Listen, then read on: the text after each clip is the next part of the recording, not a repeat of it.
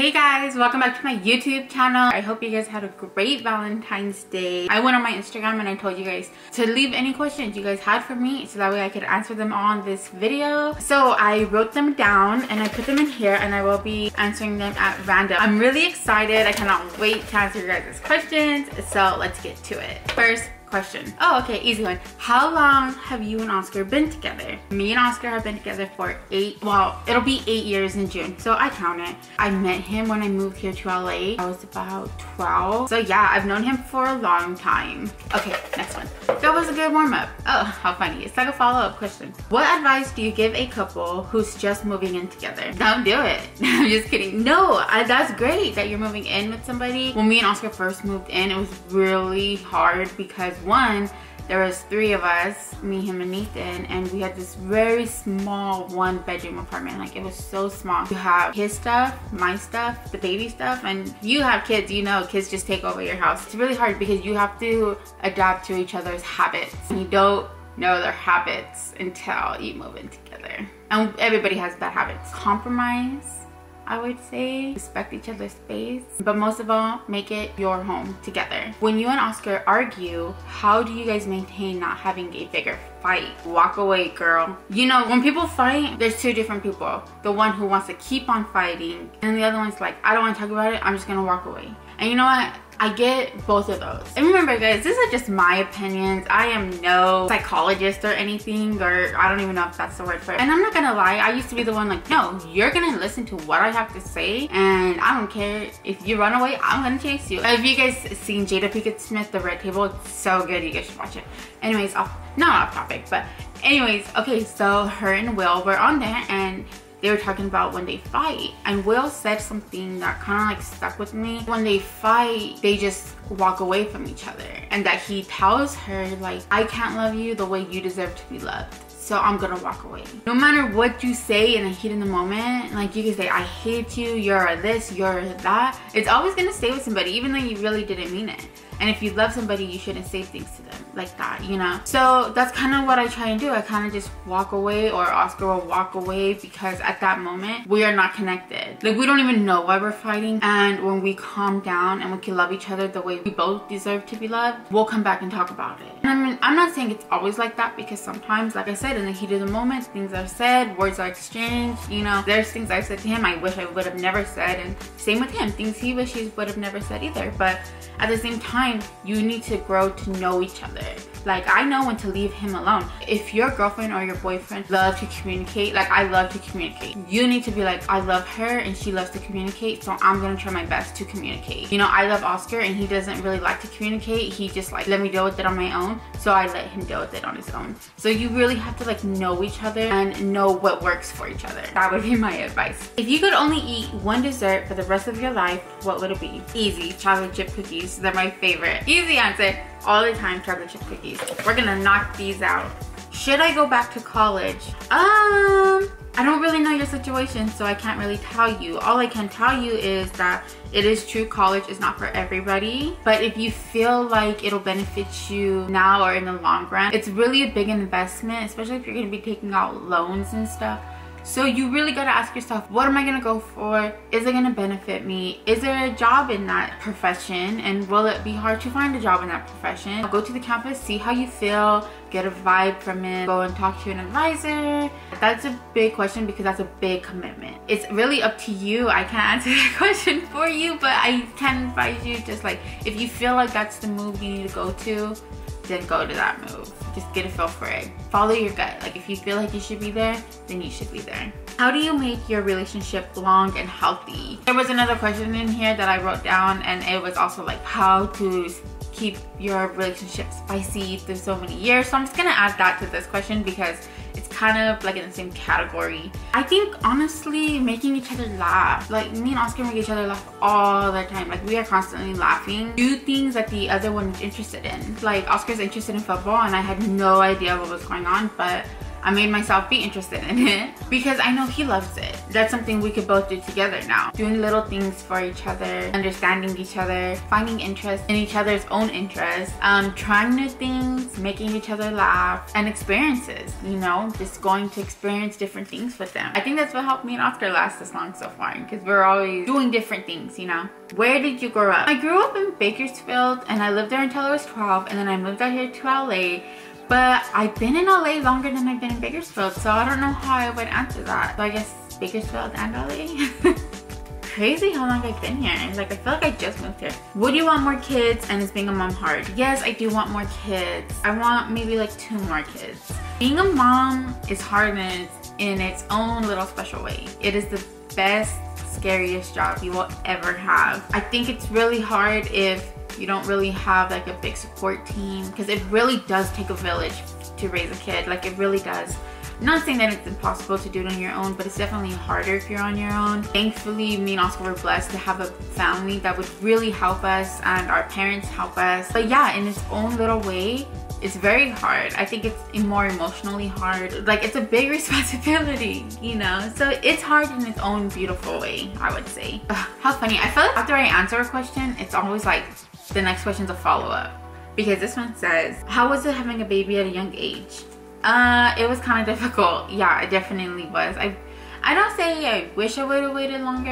I don't know. I mean, I feel like when you become a parent, it just comes naturally to you. People always say, I'm not ready to have a baby. And I honestly believe nobody's ever ready to have a baby, because honestly, being a parent is a big guessing game. You know what I mean? Especially when you first have a baby. It's something you've never done. Your baby can't communicate. You're literally guessing. Like, is he hungry? Is his stomach hurting? Is this? Is it that? Is it that? So it's really a big guessing game. And I think you're never prepared. You're never going to be prepared for this. It is like the best thing ever, you know? And we were young. We were 19 when we had Nathan, and then a couple months later we turned 20. But I think the hardest part was, me and Oscar were young. We didn't know what we wanted to do with our life, you know? We moved in together when we were 20, and I feel like at that age, it's a young age, you don't really know who you are, you don't really know where you want to go. So it's very easy for people to grow apart from each other, you know, because it's like, well, I want to do this and you want to do that, and that's not gonna make it work. So yeah, I think the hardest part of it all was that I didn't know what I wanted to do with my life, and I had to figure it out quick. And same thing with Oscar, you know, we had to figure it out quick. Like, what are we gonna do? How are we gonna support this baby on our own, you know? So yeah, I think that's the hardest part, is preparing for the future. Definitely preparing for the future. And making sure your kid's always safe, you know? That's the #1 thing about being a parent, making sure your child is completely and always safe and well taken care of. What's one thing you'll never do again? Ride a freaking hoverboard. I will never ride a hoverboard again. And I'm kind of glad they're dying out, because Oscar was obsessed with his, and I got on it once and I said, nope, never again. How do I stop thinking of an ex when we share a beautiful baby girl? That's kind of hard. When you have a baby with somebody, you're always gonna have a bond with them. You know what I mean? It's okay to love somebody. It's okay to love, you know, like I told Oscar, I'm always gonna have love for you. Even if we break up and I get married to somebody else and you're married to somebody else, I'm always gonna have that love for you. So I'm gonna guess it was their choice to call up the relationship. I don't know if that's how it went, but I'm gonna go based off that. I think you just have to let them go by loving them, if that makes sense. It's kind of like that saying, like, if you love something, let it free.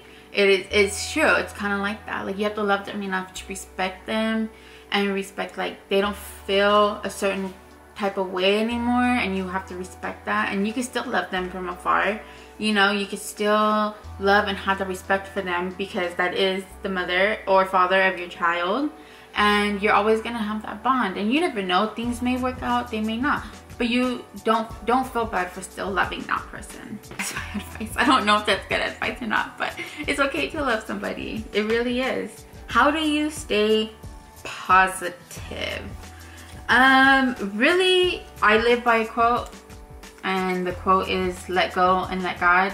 You know what I mean? So, and also, like, this too shall pass. I always live by those quotes. Oh, and everything happens for a reason. That's my big one. Yeah, I think that's the biggest one I have. And looking at the positive side of things. Like if you are a negative Nancy, you will always have that mentality. But if you're a positive Patty, you're gonna be like, okay, well, yeah, that sucked, but I deal with one thing at a time. Surround yourself with positive people. This setup, I put things I love. These flowers are my favorite flowers. They're also my favorite color. These pictures behind me are my boys and I love them and they make me happy. You are beautiful. Plants. I wear a lot of headbands. These cards are from when I travel. I started keeping the key cards to the hotel room just so like kind of like a little memento of like where I've been. Keeping yourself positive, surrounding yourself with positivity. I'm not saying I'm always positive. I do have my days where I am like, don't even talk to me. But I try, like I said, deep breath, take a step back, process everything. And then I'm like, okay, how am I gonna solve this problem? A lot of relationship advices, guys. I love it. How do you stay motivated and focused? Motivation was always something hard for me. I wasn't always motivated. I went years not knowing what I wanted to do in life. I went to culinary school and I always set two types of goals. I set a short-term goal and I set a long-term goal.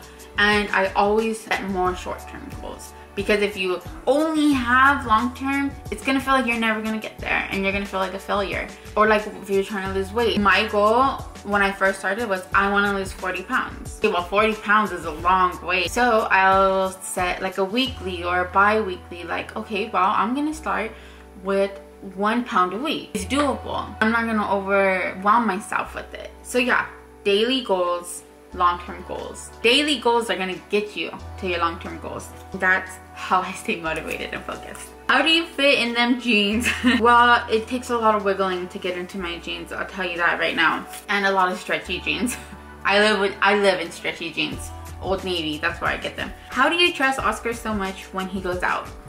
I feel like if you're in a relationship with somebody, you should always trust them. And if you don't trust them, then you shouldn't be with them. I trust Oscar. I always have, you know. I feel like if somebody's gonna do something, they're gonna do it regardless you trust them or not. When you go out, you know your boundaries, and just same with me. When I go out, I know my boundaries. When I first started doing videos, it was very hard because I was not used to it. There was a couple months where he was in Miami and then he'd come back for 2 days and then he'd go to Texas and then he was back for 3 days and he'd go to Chicago and then he'd come back, and it was like that. It wasn't hard in a way of like, do I trust him? It was hard in a way like, I'm not used to this. And I think something that's really helped us is that we were really good friends before we got together, and he went through things and I went through things, and we saw each other go through things before we were even together. We saw how those things impacted us individually. So I think it's kind of like a respect we have for each other.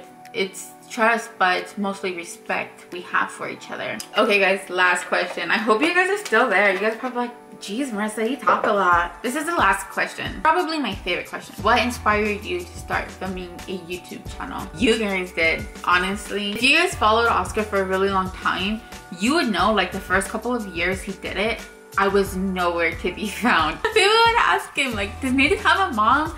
You know, because I was so like camera shy and I was always behind the camera. You know, I didn't want him to post me on his Instagram. I didn't want to like, nothing. I wanted nothing to do with it just because I saw Oscar has very thick skin. Like nothing phases him. Like people talk crap to him all the time and he does not care. I just didn't have the confidence to do it. I just found that self-love somewhere, and with finding that, I found my confidence. And people always ask me like, how do you have so much confidence? I'm nervous. I'm babbling. I babbled throughout this whole video, but it's okay because I know with time I will get better. And I hope this video wasn't boring. I know I talked your guys' ear off, but whatever, that's what a Q&A is for. Okay guys, so I'm here editing the video and I don't know what happened to the ending, but it's gone. So we're gonna do our ending again. Thank you guys for watching. Thank you for all the support you guys have been giving me. It's overwhelming and I love it. Comment down below what you guys want to see next. I'm really interested in what you guys want to see. I love hearing ideas from you guys. So yeah, comment down below what my next video should be. And once again, you guys, thank you guys for watching. Make sure you give it a thumbs up and make sure you subscribe. And I will see you guys in the next video.